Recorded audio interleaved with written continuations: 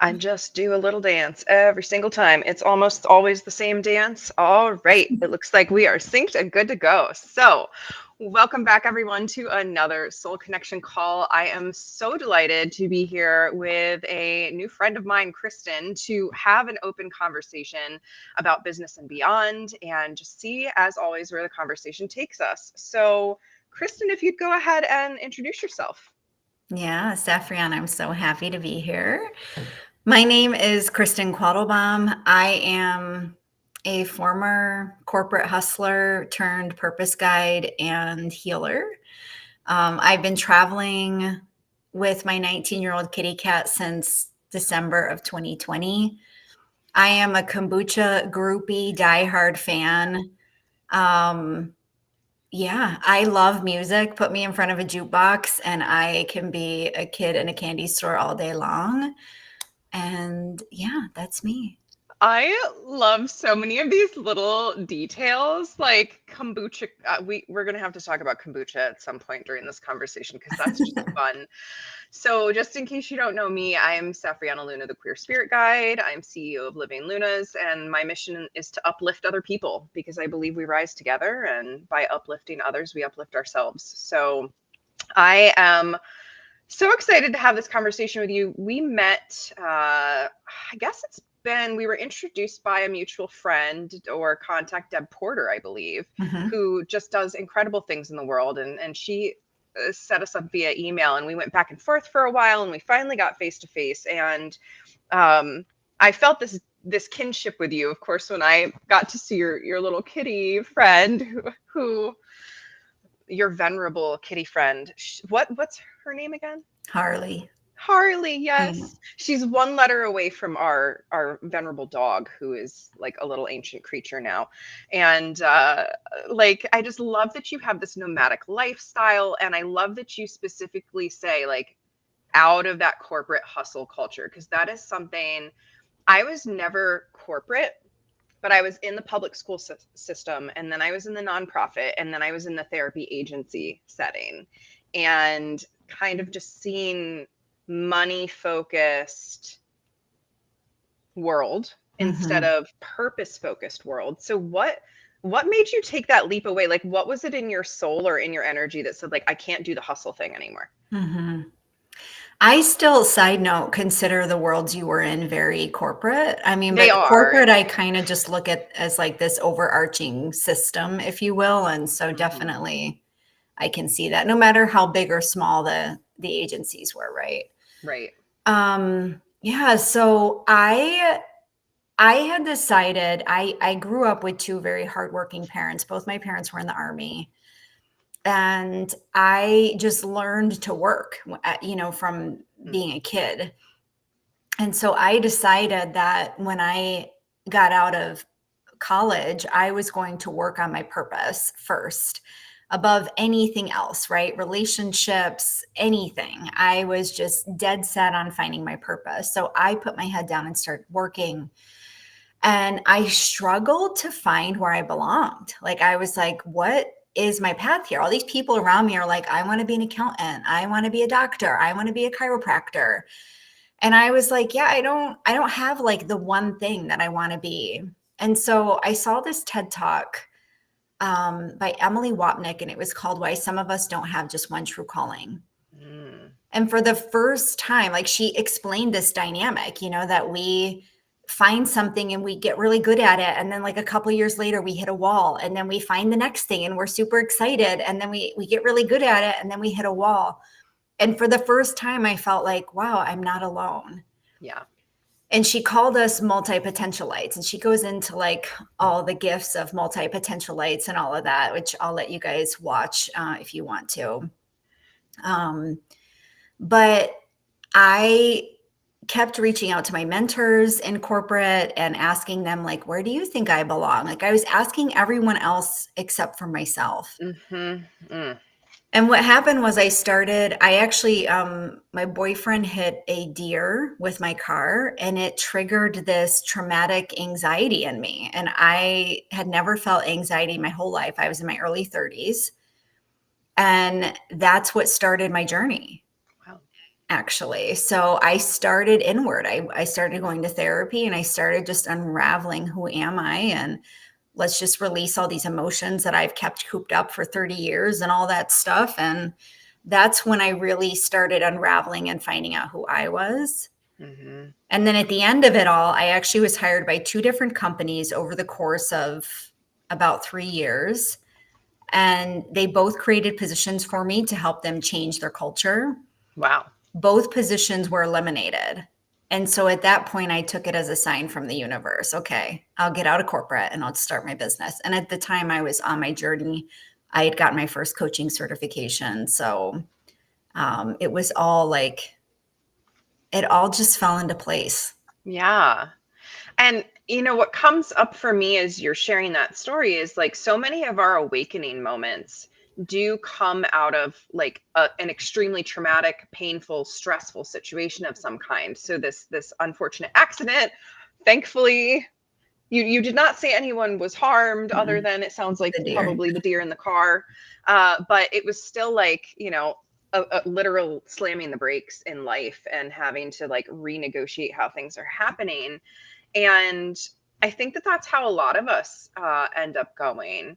Like for me, the first time I was like, I don't think I can do this, was in the public school system. I was super supportive of LGBTQ kids because they need a safe space. And I was closeted LGBTQ at the time.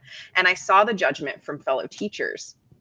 And I started to create a deliberate safe space for these kids at lunch, that they could come into my classroom and like have a place they could talk about it, because they didn't even feel safe going to guidance. And I started to realize, oh, by the rules of this system, I am not supposed to be supporting them in this way. And I could get in trouble and lose my job over this. And it was like that's so stupid. Like that was mind blowing to me, that me providing a safe space could lead to the ending of my career. And, all the other teacher, politic, workplace, overwork, parents, you name it. But that was really when I decided to go to be a healer and went to become a therapist. And then I realized, oh, well, if you're working for an agency, they're extremely predatory. They are profit driven, not outcome driven for their clients. The nonprofit I worked for was wonderful, but couldn't pay me enough money to actually like take care of myself in the way that I needed. So it was just like, I can't win, right? I have to hustle. I was literally hustling to try and make ends meet to do that. And that's just, it's not a sustainable thing. So how have you sustained yourself in this nomadic lifestyle, in, stepping away from all of that? Like, what are some of your tricks, your tips, your whatever wisdom you've gained from the process of going through that? Yeah, it hasn't been easy. And I will say that there was a lot of unraveling once I got out of corporate. Like, for example, I couldn't make enough money in corporate ever. I always wanted more, and I was never happy. And what I realized coming out of corporate, so going from like making 6 figures to unemployment, was a very, very interesting journey. And it actually showed me a lot about how I utilize money and what I actually need money for. Mm-hmm. So in large part, I was lucky enough to have had like a savings. I also sold my house, which I actually sold 2 houses. So I had like a bit of a chunk of savings that could help me while I was building, because I feel like nobody really tells you how hard it is to build a business. Nobody really says those things, right? No. And so it can be a bit of a roller coaster. And so as I was really learning how to like stabilize that roller coaster, I did have this like buffer of funds with me. Mm-hmm. I also, as I was traveling, I really honestly, like, so I use Airbnb. I reached out to people who had mansions, people who wanted for one day what I could afford in 1 month, and I was reaching out to these people and saying, hey, like, this is who I am. I'm on my journey. And are you willing to negotiate with me. Like, and I would ask this different stuff, you know. And one point I landed in Arizona. I had booked a casita that was Mm, a part of this huge mountain on the hills in Fountain Hills, a stunning place. And when I told her, she said, "Tell me a little bit about you and your journey." And when I told her, she said, "I think you're coming into my life for a reason." And wow. so she gave me what I wanted for the casita. And when I got there, she toured the main house with me, and she was like, "I want you to use the main kitchen here because there was like a cooktop in the casita." So she's like, "Just come over and use the main kitchen here. It's just safer. The laundry is here. There's 2 laundry rooms." Like, walking me through this house, and we get to the master bedroom, and there's this huge, like, freestanding tub. Like, you just look through these huge double doors of the master, and it's like super far away, this beautiful tub with these windows and the desert behind it. It was just so stunning. And I was like, "Oh my gosh, like that tub." And she was like, "You come over and take a bath anytime you want." And then she's like, "Why don't you just stay in this house?" And so here I am, I'm staying in this gorgeous mansion. I ended up staying there for 5 months. Wow. Yeah. And these are the moments. And then friends, like, I've had so many friends that have invited me into their homes too, and that helps me balance. It has helped me balance as well. Like, right now I'm house sitting for my mother in New York. And so it's been a journey for sure. And another big thing that has really helped me, so asking, the first thing is really just not being afraid to say, "Hey, this is who I am, and I'm on this journey, and would you be willing to help me out, like, or meet me Yeah. where I am," you know, and have that conversation. Just ask.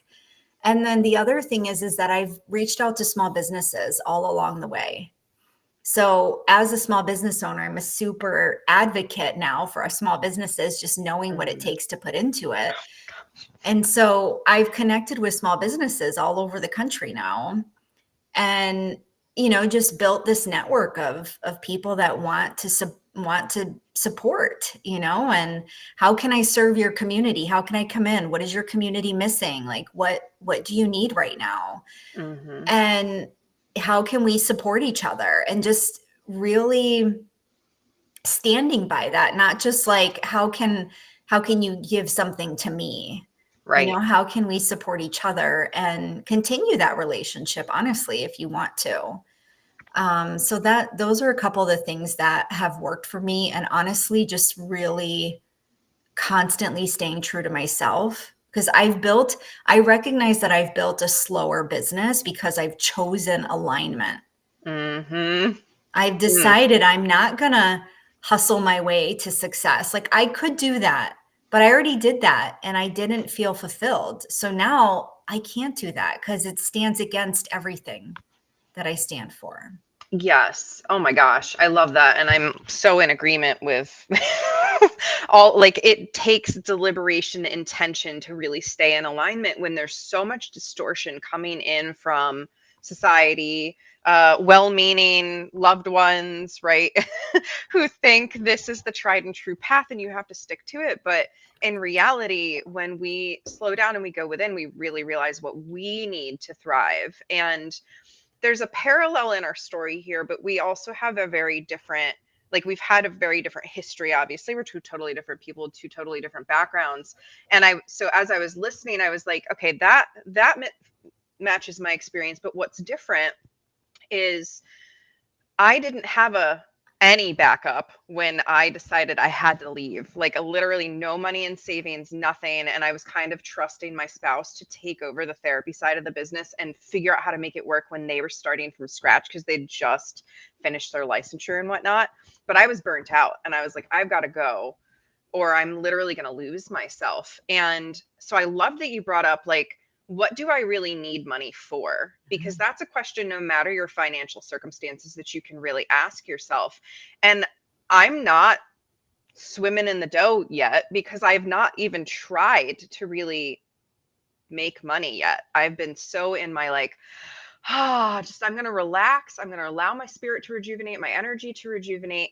And I know that on the other side of that is abundance. But what I've discovered is I already have the abundance because I know what I need my money for. And there's so much satisfaction that can be here in life when we're not hustling, right? When we're constantly hustling and we're like on the move and we're trying to make ends meet, we like get so tangled up in this. I need to stay in this system in order to survive. And so what I've been like drastically learning is, oh, I didn't need to stay in the system to survive, because I actually need very little to survive, and I can fill my time with social networking, with, you know, connecting with people, with reading good books, with doing art, like being in my own alignment and energy. So I think that that's so powerful that you know, you said, what do you really need? Who can you ask? Like, where can you get that support? Who do you know that wants to support you? Like, these are things, no matter our circumstances, that we can really start to think about. And that small business networking is so important. And I admittedly need to do quite a bit more of it, because I just retired at the end of last year. So we're still a work in progress, but that is key. I know when we got connected, I went onto your website and I was like, oh my gosh, like she's got all these workshops coming up with all these different people, places. I imagine it's very exciting, but how do you kind of keep yourself grounded and centered as you're being the nomad? Mm-hmm. This was a huge part of my journey because, well, number one, I decided to be nomadic because my energy felt stagnant where I was. Mm-hmm. And so uprooting yourself that frequently. So 5 months is the longest I've stayed in a place, but normally it's about 1 month at a time. So I'm uprooting a lot. Now I am a Sag sun. So I like love it. And like I have so much in my chart that is just ready to be uncomfortable. Mm. That being said, just because I embrace uncomfortableness, then it doesn't mean that I don't have to work on my own grounding through it and finding safety, right? So I had mentioned about like the Airbnbs that I reach out to. So environment is everything to me. So I made a decision that I'm not going to compromise on value of the place that I'm willing to stay in just because of what I can or cannot afford, what I think I can or cannot afford. Mm-hmm. So I was looking for spaces that really like support the energy that I know that I am going to be in, like as I'm building this business, right? I am in a thriving, abundant environment, you know, and that's what I kept my focus on. Mm-hmm. One thing that has really helped me is Kundalini yoga. Mm. I also have a grounding practice that I do every day. It's actually on my YouTube channel. I learned it from an 80-year-old mystic on the road, who did like a spiritual initiation with me. And she said, "You are a teacher. Here's all the teachings I have channeled since I became a healer. And go out. You have rights to all of them. Go out and teach the world." And this is one of her practices that I teach everywhere I go, is this grounding practice. And so it's really forced me to find grounding and safety within myself. Mm-hmm. Another thing that I do, I had mentioned to you, is that I, early on in my business and building a business that I love, I decided to take 1 week off every month. Yes. Oh my And that, gosh. yeah, and that week, now I did book this call. That's this week for me. It's usually, lately I've been coinciding with my cycle, so I'm expecting my cycle this week, and so I've just really been giving myself the space. But every once in a while, I mean, like I booked this call. I just made a decision. It's just I get to decide, and people aren't on my calendar booking, but I can decide if if this is important to me and I want to meet.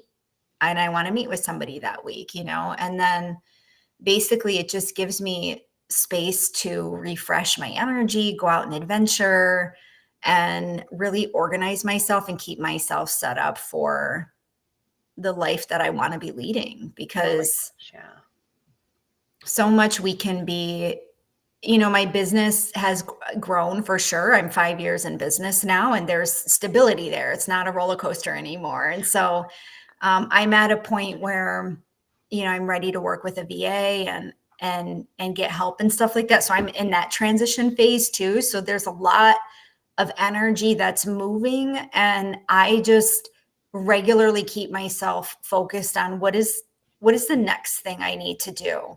Not like, instead of what are all the things that need to happen, because there's a lot and it's never ending. But what is the next thing that I need to do? What's the most important thing for me to do? And I don't carry to-do lists. When I was in corporate, I had a list that I carried over, and it was like 10 pages long, like by the time like I was at the end of my banking career. And now I like scrap the list, and every week on Sunday, I write it again. I do a brain dump and I write out like, is this a priority this week? And I really just focus on what's a priority this week. And I trust that what needs to happen will always come back into my awareness. Yes, that is, oh, I love that. Like, here is the recipe, friends, like making space for yourself and not overloading yourself, because that's something we joke about it in our business, because we have a little team of 4. It's basically my polycule plus our VA. And we've just discovered over the last 6 months, as we've really focused on the business, there is always something more to do. And if we're constantly chasing that, we will never rest. Ever. We joke, we call it 3 tasks in a trench coat, because every one task you think you're going to do for your business, it ends up being at least 3. Like every time I'm like, oh, I'm going to go on my website, I'm going to update this one thing. And then I realize, oh, this link here is broken. Let me go fix that.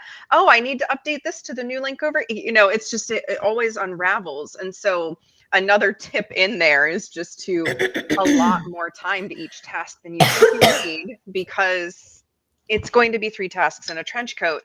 And even if you can't take a full week, like you're able to, Kristin, like a CEO day, or a day, like if you're the CEO of a business, or just I like to call it creative still time day, where it's like, during this span of time, there is nothing I have to do. I'm going to be in creative stillness and allow what I want to do to make itself known.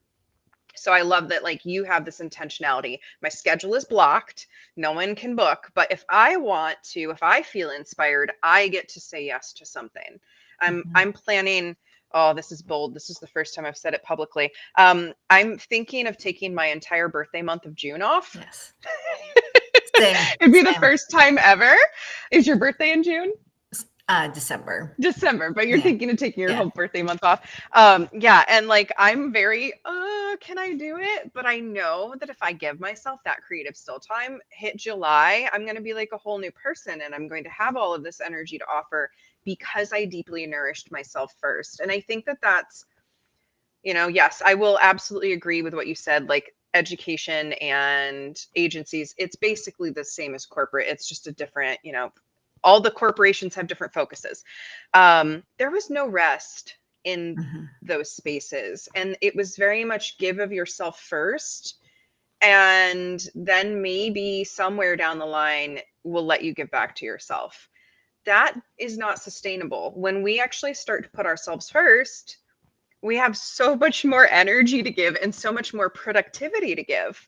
Like, it boggles my mind. It's something I would love to speak in more corporations about, is like, if you actually take care of your people first, your bottom line will go up. Like, you'll actually thrive more as a business. And I don't know why we have not made that connection yet. I think I've actually been thinking a lot about this, because I also want to get back into corporate, just because I have 15 years there, and I don't believe I have all of that knowledge and wisdom to just completely shift gears. Like, I feel like there's some bridge there that I'm meant to go back to, but waiting for it to land. But I believe that, like, pitching to these organizations about caring for their people, so many of them want to see the data behind it, right? Like, give me the numbers, give me the proof, blah, blah, blah. And I always talk about, at one of the last companies that I worked for, I sent the president of the company a TED Talk about big data. And the TED Talk was about a Nokia study where Nokia hired somebody to go out and figure out the next big things in cell phones. So she goes out and sits in all these coffee shops and basically comes back to Nokia and says, here's, people are looking for like computers in their hands. You need to basically create the smartphone is what she said. And they said, no, like the data doesn't show this. That's not what we're going to do, but thanks. And so what happens? Nokia goes out of business. And I think that sometimes, well, right now, the environment that we live in, I feel like leaders focus on hiring people for skill, and they're not really considering culture. And then they have this mishmash of people that don't really jive together. And they're like, where is our culture? Like, what? Maybe we should have a culture. Maybe we should have values. These people don't align with our values. How did they get here? And it's like always an afterthought, whereas I would love to actually go in and help the leaders align to who they are so that they start hiring for people that are actually aligned with the culture that they're trying to create. And I believe that self-care then naturally happens because now these people are aligned and they're not just a cog in the wheel. Like they're not just there to produce. It's more like actually like we're all on the same team here. Yes. Oh my gosh. So, but I think now the way that it has been built, what happens is actually leadership needs to be comfortable with when these people figure out their alignment, and when leadership figures out their alignment, they have to know that there's likely going to be some attrition. Like there's going to be people that leave. Right. And there has to be a comfort level with that. And so much of the way we've done business, it's like we're doing it to make ends meet instead of building it from a space of alignment. So it's a total shift in the way that we do business. And I think, I just think that that's part of where it needs to start. Because otherwise they're like, of course, self-care is an afterthought because they're focused on productivity. Yep. And if it were shifted into alignment and culture, and we're all a team, then we'd actually give a damn about each other. We would. Yeah. It's like these are the things that when you take that big enough step back that you can see the issues. The problem is so many people are in it, right? They're so deep in it, they cannot see. Can't see the forest through the trees, right?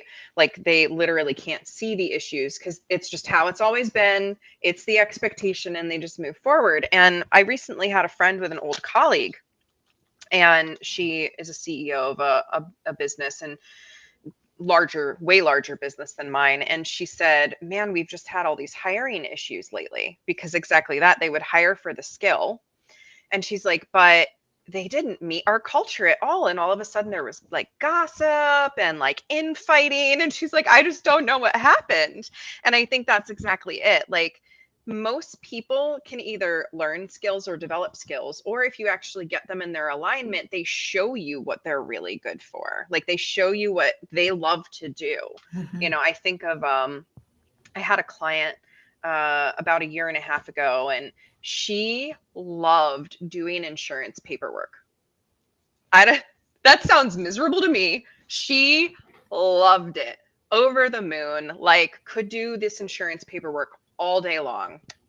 And her company kept being like, well, we want you to go over here and train these new staff members. Okay, we're going to give you an assistant. You need to train the assistant. And then she's going to take over doing some of your insurance paperwork. And then we want you to come over here and teach this to the group. And she's like miserable, absolutely miserable, because she's like, I just want to do my insurance paperwork. But they kept trying to put her in another role, and it destroyed her mental health. And she ended up having to take like 6 weeks off of work just to get herself back down to a baseline. And she comes back in and she's just like, I just want to do the insurance paperwork. And when you let me do it, see how much money I save you, because I actually like doing it. Right. So when we actually let people do what they like to do, and they have skills, talents, gifts for, that also raises the bottom line. Like, again, it's this, let people do what they thrive in, and let them show up as themselves authentically in the community of the workplace. And the culture can change. I truly believe it can. We just have to keep talking about it. Have you read The Big Leap? Mm-mm. So I think it's Jay Hendricks, if I'm not mistaken, but it's all about uh, well, a big part of it actually is how, like, when you're moving to the next level, how you will literally like make yourself physically sick because you're Mm-hmm. going there. And then we look at that as a sign, like maybe I should be doing that. But when you get out of your comfort zone, really like all the resistance is going to come up and however it forms, right? Sometimes physically.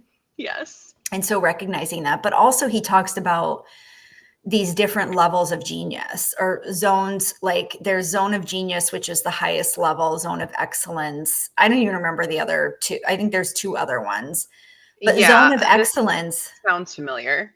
Yeah. So your insurance paper girl might have been in her zone of excellence, right? Which is just the things we're really good at. Like we can just do them all day long, but they don't necessarily light us up. Like it gives us a purpose, but it's not like the reason we're here. Mm-hmm. The zone of genius is that space. And so I think it's also important to know what people are striving for too, right? Because not everybody, and this has been a huge lesson for me, is not everybody's seeking their zone of genius and Right. to be on that like pure divine path. Like some people are like, this is just a means to an end for me too. I'm just trying to make some money so that I can go travel or do whatever. Right. And Right. so for me, I'm really like, why did I actually come here as a human? Like, why am I actually here right now? And what am I supposed to be delivering to the collective? Like, that's what's Yeah. always on my mind and what I'm always seeking alignment with. And it's constantly evolving with me. But not everybody's on that journey. Yeah, and again, some people are just totally like they're happy to have a job they go to that they can Yeah. perform, and then they come home and the rest of the time is theirs, right? That's definitely being a small business owner is not that. It is an entirely different lifestyle. But I do think that that small business or entrepreneurship is for those people who are really like pursuing some out of the box dream or purpose that they need the vehicle to discover that with, and often we discover that in the cultivating of our businesses. So have you kind of honed in on what your core purpose is, or do you feel like you're still uncovering that day by day? I mean, right now, a lot of my purpose has to do with activating fulfillment and purpose in others. It's also about freedom of expression. Mm, So really yeah. like I hold space just because I was tempered for so long in corporate, or like I was always out of the box and they just kept trying to put me in the box over and over and over again. It was super frustrating for me. And so now my work is really about helping people find their true expression and Yeah. having the courage to be that version of themselves in the world. And that's with everything, how they build business, right? Taking a full month off for your birthday, or like I take a week off every month and I only allow bookings Tuesday through Thursday. I love those boundaries. Like I'm very like I'm setting standards and I'm just deciding this is how I can build my business. And the amount of people that will sit there and say you can't build a business like that. You need to open up more. You need to be working more. You need to be blah blah blah. And it's like, no, actually I can build a business how I want to build one, Yeah. And just like, do I need to be on social media? Do I not need to be on social media? How often do I need to be posting on social media? Like all of these things there's so many rules and systems that we can plug into. Yep. But that freedom is what matters to me. Like really just dismantling all those attachments to really understand, actually, this is who I am and this is how I want to show up. And then having the courage to do that, because when we choose that path, we're always going to feel pressure to come to the norm.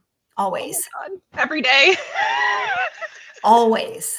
So it takes so much courage to walk that path that Mhm. nobody else is walking right now, or to do the thing. Like, I mean, I'm like, if you like to do tie-dye and bake cookies, then build a business around tie-dyeing and baking cookies. Like, I'm Right. just like literally like we can do anything. Yes. Yeah. Oh my Anything. gosh. So last year I took in way too much information from coaches. Like I was in every program that came my way, every master class, every person that said, Safrianna, you're doing something special. I want to work with you. I was like, sign me up. I had business savings at that point. That's where all of my savings went, was getting all of this, amassing this knowledge from everyone else's perspective. And I remember there was a moment I asked a successful business owner who was mentoring me, like, how did you know when you'd made it? And, when did you know you could leave your sort of traditional 9 to 5? And her response was basically like, oh, you have to have you have to have money in savings. You have to have a backup plan. You need to build the bridge, and you just have to keep grinding until you get there. And I was like, screw that. Like at that point, I was done with her wisdom. I was like, this wisdom is not for me. And it was about 3 months after that I made the call, and I just completely left my traditional therapy career. And of course, I built the ramp for my clients and phased them out appropriately and Mhm. trauma informed and all of that. But like I hit a point. I was like, I have to take the leap. And like I said, no backup plan, no money in savings at this point, because I've literally poured everybody else's wisdom into my brain. And I've just spent the last 6 months getting back into, okay, what's really mine, right? Mhm. That alignment piece. And so my current work is very much your current mission and purpose, to like just help people be aligned and like help them speak their truth and be in their truth and live in their truth. But I'm discovering more and more that my purpose, and I still don't entirely know what this means, this is the beyond the business by far, is to be the energy of peaceful harmony. And I'm like still figuring out what that means, but I have the freedom to figure out what that means now that I'm not locked into everybody else's rules. And so I love this, like that you're so focused on the freedom and the liberation and the getting out of the way that we have to be into Mhm. how do I actually want to be. Mhm. Be being the key word here, not do, but how do I want to be? Because the doing follows that, I think. Mhm. Yeah. Something that I've had to learn to accept, because I'm such a deep person, and I love, like, when I build a relationship with somebody, I love being there with them on the journey. Mm-hmm. Sometimes my work looks like being a catalyst, having a conversation with somebody and being a catalyst in their life. And even though I can see so deeply into what's possible for them, and I'd love to be there alongside with them, it sometimes my work is just to turn it on. It's Yeah. just to activate it, and I always say that, when we're speaking, like when you and I are speaking, whoever's listening, if there's parts that are like lighting up when you say something, when I say something, like those are our souls speaking to each other. Mm-hmm. And you can't turn that off. Like once it's been lit up, you can't shut it down. So that's a big piece of it too. The catalyst is literally like turning the lights back on inside. Mm-hmm. I love that. My friend Red, who I do a biweekly live with, she is a catalyst. Catalyst. That's literally one of her like life themes, Mhm. and I wonder if it's one of your life themes too. But it's such an important role to like shine the light on people, give them a little zhuzh of energy, and light that soul back up, because especially in modern society, we were born with that, it's there, and then we start to take in all of this outside information. And just like me with that hardcore year of coaching, where I'm like, oh, I have to do this exactly this way. It was just re-stepping back into the same system of corporate, right? Of like, oh, I have to play by all of these rules. To know that our soul makes the rules, like our soul determined what rules we want to play by, and you get to light that back up in people. Like that's Mhm. such an incredible thing to do. Like you can, I'm sure you feel the ripple effect of that. Mhm. Mhm. Yeah, it's taken me work to put my ego aside and say it's okay, like we're just the catalyst for this person, and Yeah, as a business owner, that can be disappointing when you're like, I really want to work with you. And they're like, no, I just needed you to kick me in the butt for 5 seconds. And now I'm moving on my journey. Yeah. Yeah. I actually was listening to, I just feel called to share this. On Friday, I went to a Creative Mornings. I don't know if you've ever been to Creative Mornings. So it's a worldwide organization that picks a theme each month. And I think the theme was vibrant. If don't quote me on that, but I think that was the theme. So anyways, all these chapters all over the world will bring someone in from the community to speak about this particular topic or theme. And then you can listen to all these varying perspectives on this one theme. It's pretty cool. And it's free and offered by the community, led by volunteers. And I used to volunteer for them years ago. And so when Kelly, the chapter host, had found out I was coming into town, she's like, I'm getting you on the list for both May and June. So May was the first time I had been back in a while. And there was a professor there, and he was talking about polarity. And the particular polarity that he was discussing was creativity and conformity. And he was talking about like the upside of both, right? The upside and the downside of both, and like understanding where you really sit. So I'm like very much like high creativity and boo on conformity.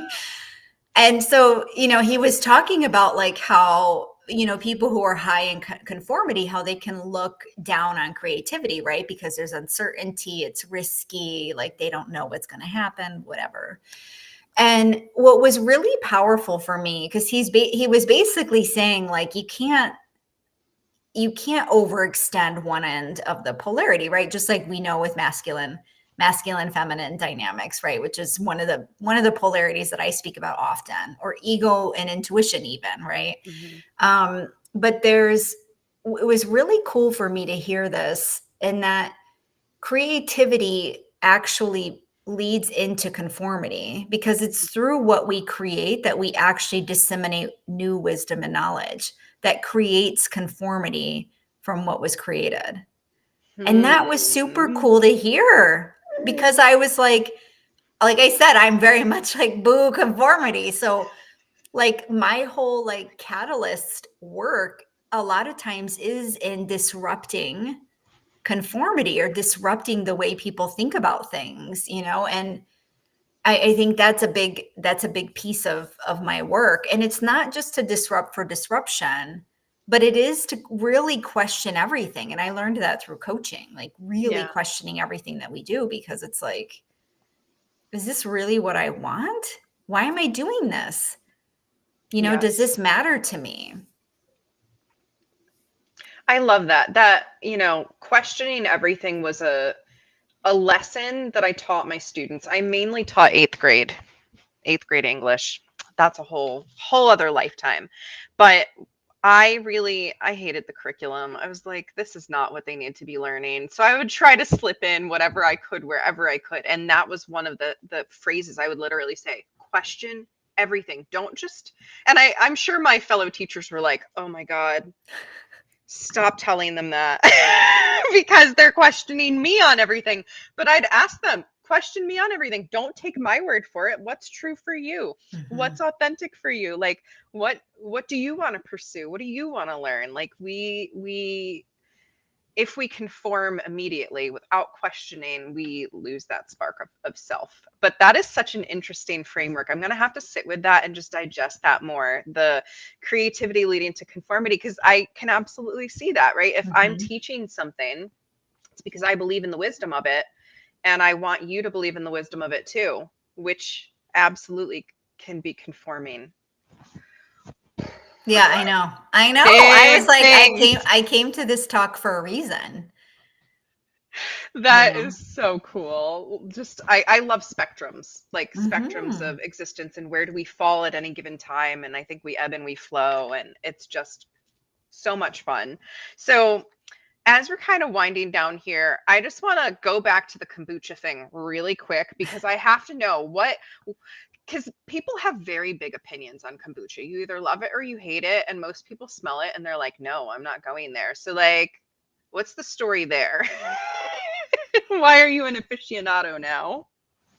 I am because, I don't know, personal story, or if this is going to be TMI for so many people, but I actually at one point had this pain in my lower abdomen that I went to the doctor on and had all these tests done. And he basically said, you have IBS, because nothing came back conclusive. Mm-hmm. So I started drinking kombucha, not because of that, but I just started drinking kombucha, and I didn't take any medicine for the IBS. Kombucha healed all my symptoms. I believe it. So I'm a huge fan of probiotics and healing the gut. I also take a probiotic, prebiotic, and digestive enzyme every day too. Now, on top of kombucha, I drink kombucha every day. And I support small. So it's part of everything that I do. So when I go to new places, I'm seeking out like the local brewers, and then I'm going to talk to them. Like I just went to one of our farmers and artisans places, and I bought a share for one of the local brewers here. Buffalo has like four or five brewers. So I'm always supporting small. But one of the biggest things with kombucha, I mean, yeah, there's probiotics in it, which is a huge benefit. Also, like fun fact, water kefir, which would be like an alternative probiotic drink, similar to kombucha, but not as vinegary. Water kefir has more probiotics in it. So if you can find a good water kefir place, like that's also really fun. But really just trying, so many of the brewers are so different. So it's trying different ones. Like some of them brew so that you don't taste a lot of the alcohol. Another really interesting thing to know is that some of the big brands like the Kavitas and GTS and stuff like that do have quite a bit of sugar in them if you watch the sugar. The local brands have very little sugar in them. Many of them do. Maybe not all of them, but you can pick up a can that has 6-8 grams of sugar in it, whereas like a bottle of Kavita might have 25 grams of sugar in it. So another like reason to promote small. I don't know why that's a thing, but it's just something that I've noticed. So yeah, so I think it's like kind of like wine. Like I remember when I first tried wine, or like when I was like adjusting my taste to it, my mom loves like oaked Chardonnay.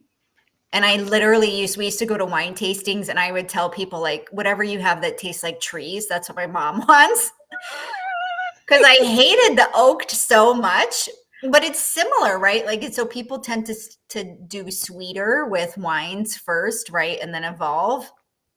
And actually, like even with ciders, I like dry ciders, because my tastes have just evolved that much. But anyways, if you've tried kombucha and you didn't love it, try it again. Just try different flavors. Look for local brands. I actually started a list of like rad brands. Like I have a list on my phone of like, these are the brands, because I've tried so many of them. I love that I asked this because there were so many gems in there. One, how many of us now entrepreneurs had some kind of chronic illness and or gut issue? Seriously, it's everywhere. So I don't think that was TMI at all. I think that was an inspirational story because so many of us are struggling with stuff like that. Yeah.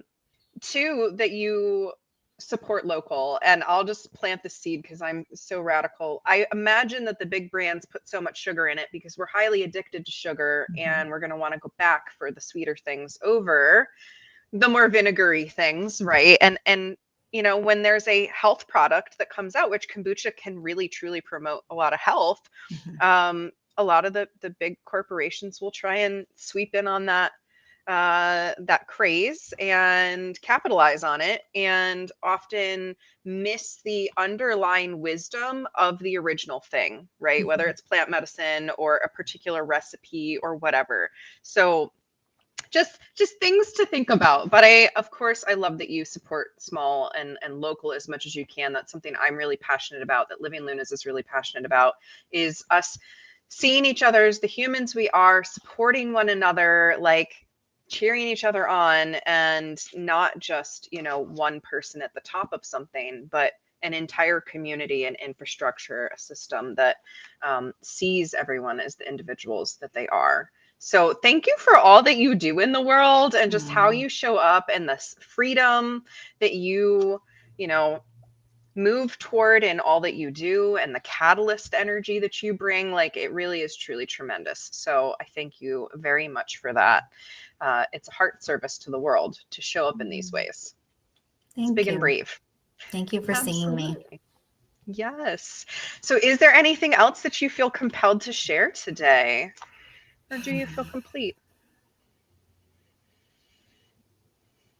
I feel complete. Yeah, I'm over here thinking about all the amazing things that you're doing too, that we didn't talk a lot about. But also, like, you know, just reflecting that the beauty you see in me is the beauty that I see in you.